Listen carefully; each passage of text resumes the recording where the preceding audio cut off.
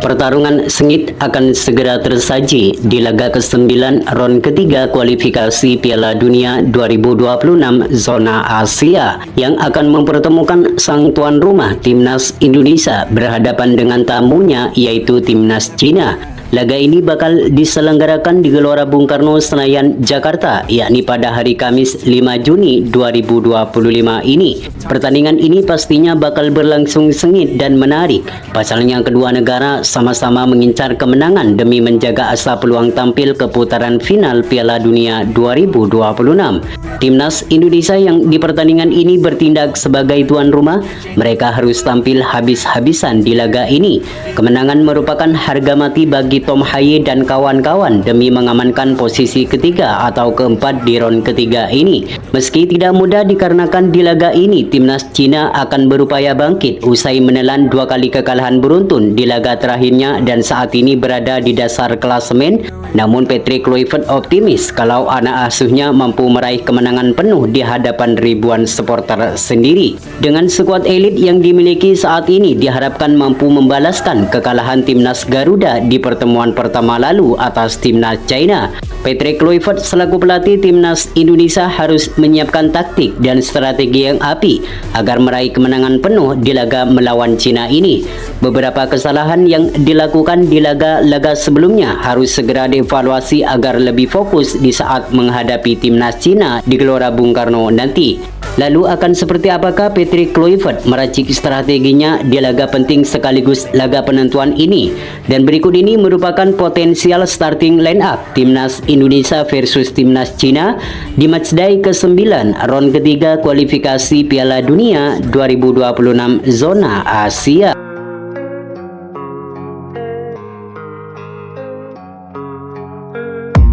Menghadapi Timnas Cina di 5 Juni mendatang, formasi 3-4-3 akan tetap menjadi andalan bagi Patrick Kluivert dan Alex Pastoor dengan menempatkan Emil Audero sebagai penjaga gawang utama bagi skuad Merah Putih. Jika Martin Paes absen melawan Cina nanti, maka ini akan menjadi kesempatan bagi Emil Audero untuk membuktikan kemampuannya dalam debutnya bersama Timnas Indonesia. Soal kualitas, Emil Audero tidak kalah jauh dari Martin Paes. Dengan mempunyai tinggi badan 192 cm, Emil Audero memiliki kelebihan dalam duel udara. Selain itu, pemain asal Palermo ini mempunyai refleks yang sangat cepat dalam mengantisipasi berbagai tendangan keras dari lawan. Ia juga memiliki kemampuan memainkan bola dengan passing yang akurat yang membuat Emil Audero dapat diandalkan dalam permainan dari bawah untuk melakukan build up dari bawah. Dengan pengalaman yang dimiliki, Emil Audero diharapkan mampu tampil ciamik di laga debutnya melawan Cina di 5 Juni mendatang. Sementara untuk di sektor lini pertahanan, Emil Audero bakal dikawal 3 bek sejajar, yakni Rizky Ridho dari Persija Jakarta, Justin Hubner dari Wolves, dan Jay Isis dari Venezia FC. Rizky Ridho kembali tampil menjadi starter saat Timnas Indonesia melawan Timnas Bahrain kemarin. Penampilannya sangat baik dan tidak kenal menyerah dalam menjaga pertahanan Timnas Garuda. Selain itu, Rizky Ridho mendapat pujian habis-habisan dari pelatih Timnas Indonesia Patrick Kluivert. Patrick Kluivert menilai Rizky Ridho pemain yang tidak kenal menyerah. Selain itu, Rizky Ridho juga akan lebih bersinar ke depannya jika tidak berbesar hati dengan penampilannya. Sedangkan Justin Hubner juga tampil gemilang bersama Timnas Indonesia ketika melawan Timnas Bahrain. Beberapa penyelamatan sukses diperlihatkan oleh pemain asal Wolverhampton Wanderers ini. Meski usianya terbilang masih muda, namun keberanian pemain ini patut diapresiasi dalam melawan Bahrain kemarin. Ia mencatatkan 2 tackle bersih yang membuat Timnas Bahrain semakin sulit untuk melakukan penyerangan.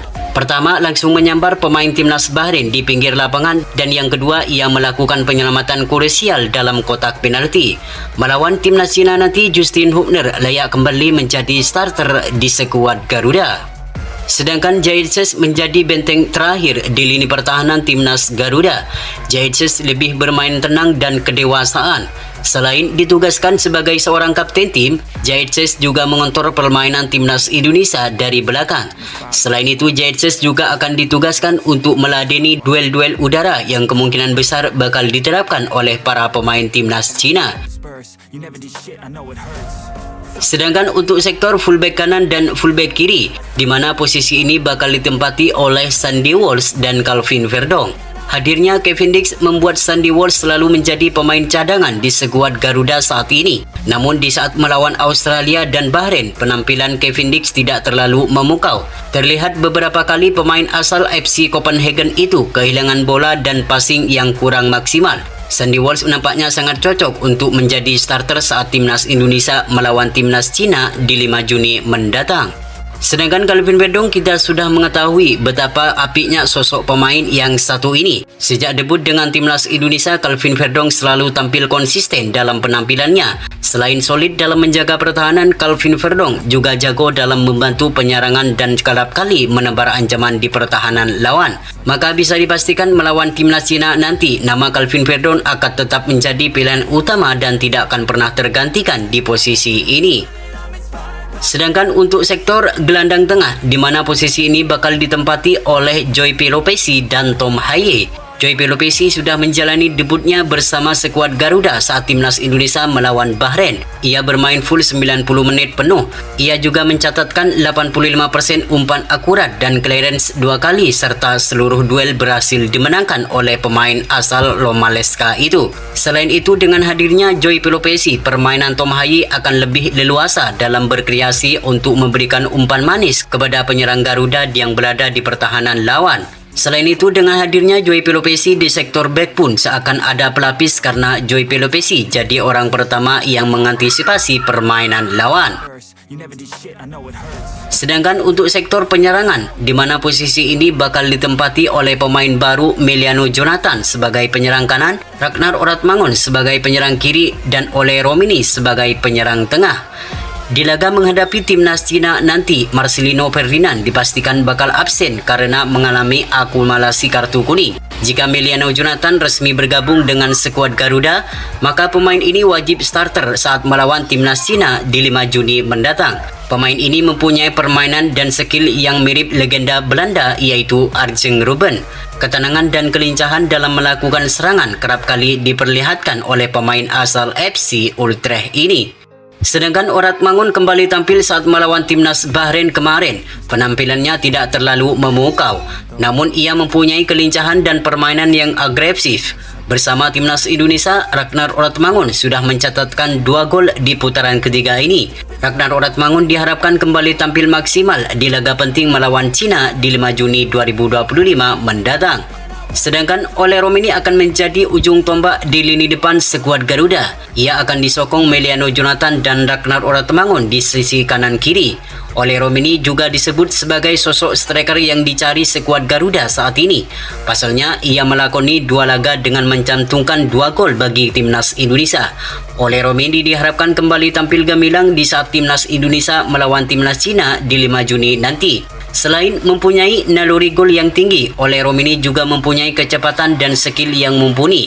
Kelincahannya kerap kali merepotkan pertahanan lawan, maka tak heran jika pemain asal Oxford United ini selalu menjadi andalan utama di lini depan skuad Garuda.